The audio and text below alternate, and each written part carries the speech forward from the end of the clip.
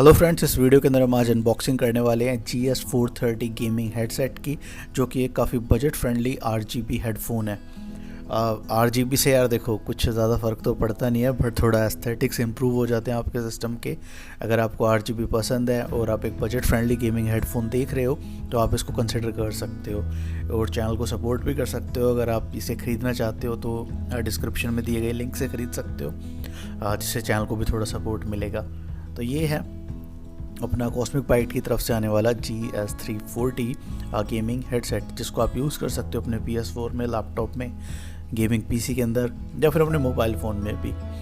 ठीक है, 7 RGB इसके अंदर है, बट आप उसको कंट्रोल नहीं कर सकते। एक स्विच दिया गया है जिसको आप ऑन ऑफ कर सकते हो इस RGB को।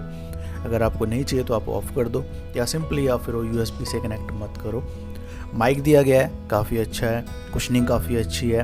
एडजस्टेबल हेड बैंड है जिससे आप इसको एडजस्ट कर सकते हो, जिससे आपको परफेक्ट फिट मिल जाए। ये स्विच है जिससे आप इसके RGB ऑन ऑफ कर सकते हो।